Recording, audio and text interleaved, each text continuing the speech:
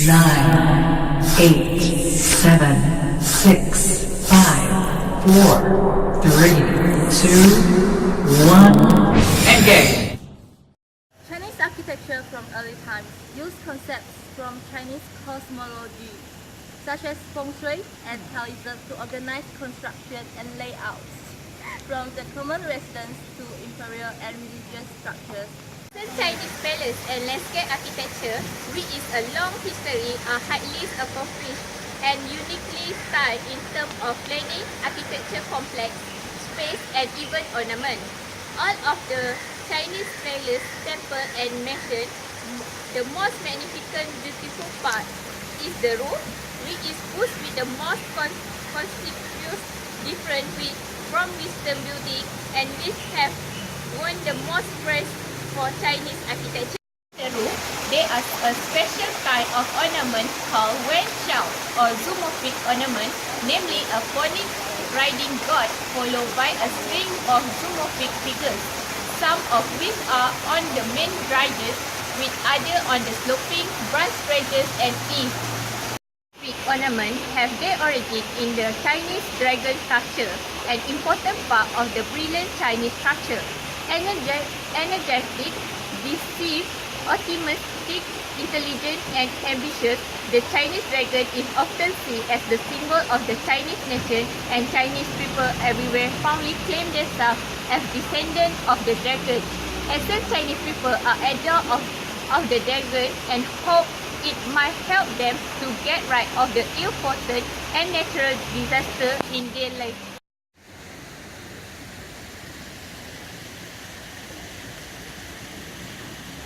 There is three main types of roof or farm. First is straight incline.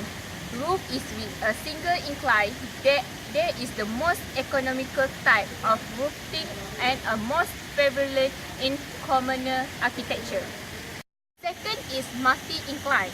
Roof with two or more sections of incline. These roofs are used in higher class construction, from the dwelling of wealth commoners to palace. One is sweeping roof. Roof with a sweeping curvature that rises at the corner of the roof. This type of roof construction is usually reserved for temples and palaces, although it may also be found in the homes of the wealthy. In the former cases, the ridges of the roof are usually highly decorated with ceramic figures. Rooftop decoration. Symbolizing can be found from colors of the eave, roofing material, and roofing top decoration. Gold and yellow is an auspicious wood color. Imperial roofs are gold or yellow. They are usually used by emperor. Green roof symbolizes bamboo shaft, which in turn represent youth and longevity. Of wood shaped from marble or glazed tile. There are all the fine work featuring designs that symbolize good luck. This wall, there are also spring work with 1, 3, or 5 dragons in different parts of the country. There are spring walls located in the east side of the palace courtyard at the Corridor City. The door and window elaborately carved with lattice work and bas relief have become the hallmark of classic antique Chinese architectural ornamentality as well as furniture. Fanciful lattice work on door and window.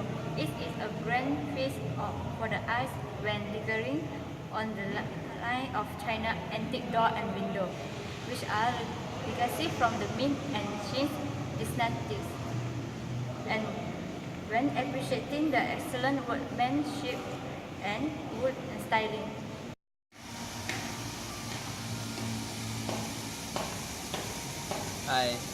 There's another kind of structure in China that's similar tall like tower, but the name is pagoda.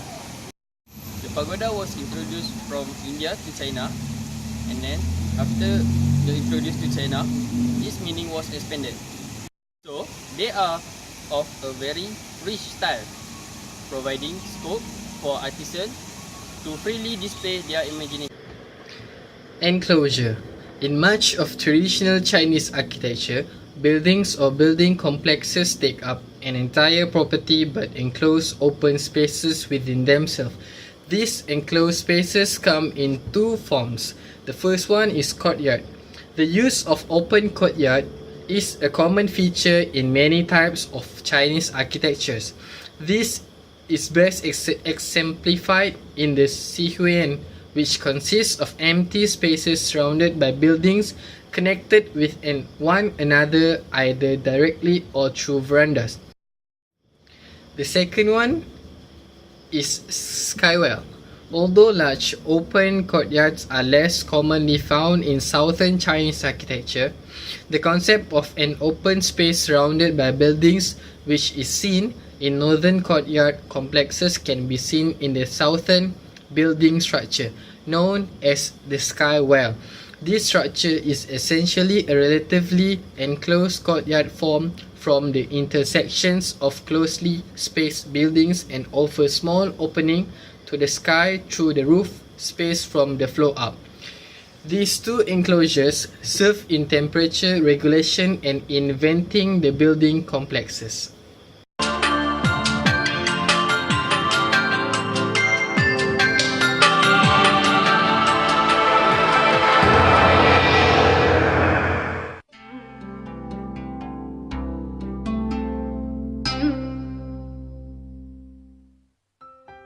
Painter Wang Qijun's art pieces include various aspects of life.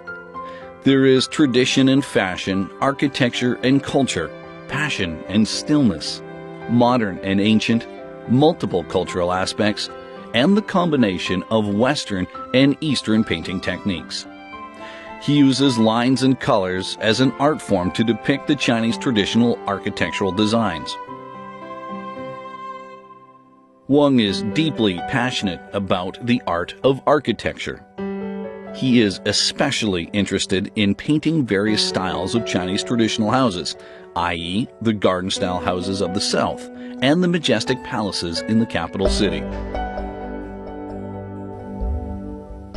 The painting After the Rainstorm is a typical freehand work. In this painting, the glamorous palace building does not appear as the main object, for there is only a small portion of the whole building in view. However, the shadows over the golden roof and different light on the walls fully capture the after-storm scene. Though an old building just went through a rough storm, the golden roof still glows under the sun.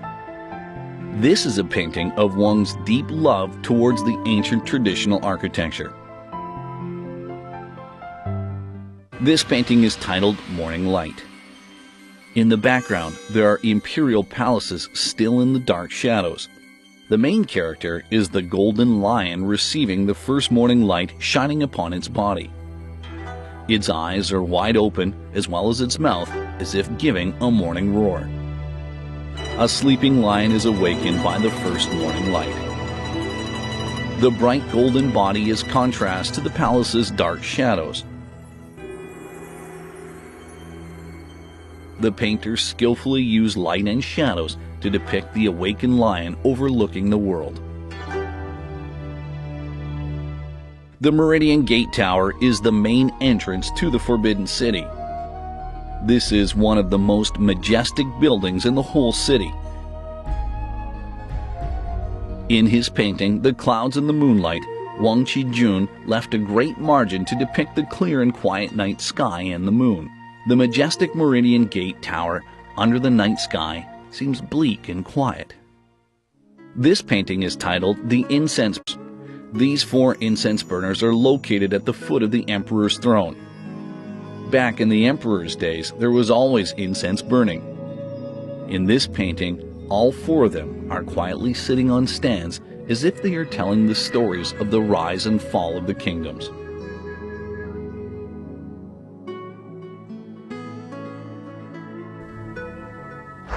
Glamorous Altar depicts the scene of the Temple of Heaven under the setting sun.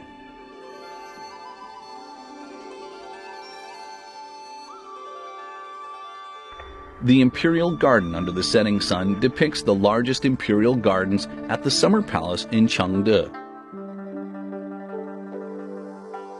This part of the garden includes a man-made lake that was built in 1709. It is number 8 of the 36 series of scenes. Under the water there are 8 water gates. There are pagodas standing in the middle of the lake, forming a beautiful view.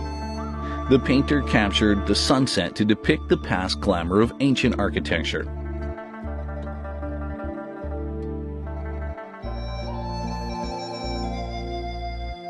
Wang Qijun has developed his own painting style to depict the charm and the glamour of Chinese traditional architecture. His paintings reflect his understanding and passion towards the buildings. The architectural designs carry the spirit of the times.